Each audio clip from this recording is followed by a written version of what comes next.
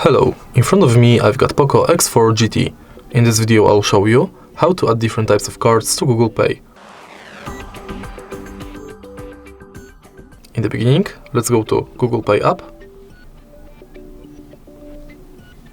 Tap blue button at the bottom of the screen and focus on loyalty card, gift card and public transport. Firstly, let's enter loyalty card and select loyalty card you would like to add, for example Payback Poland. Now you can scan your card or enter details manually. Then simply tap Save.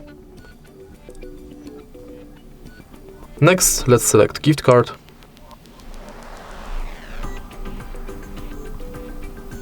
and similar to loyalty card, select Shop, enter card number, PIN, balance, your notes and tap Save. And the last card you can add is public transport. If you are able to find your public transport selected, you'll be redirected to a website where you have to finish the inside form. All of your cards will appear right here. If you find this video helpful, please leave a like, comment and subscribe.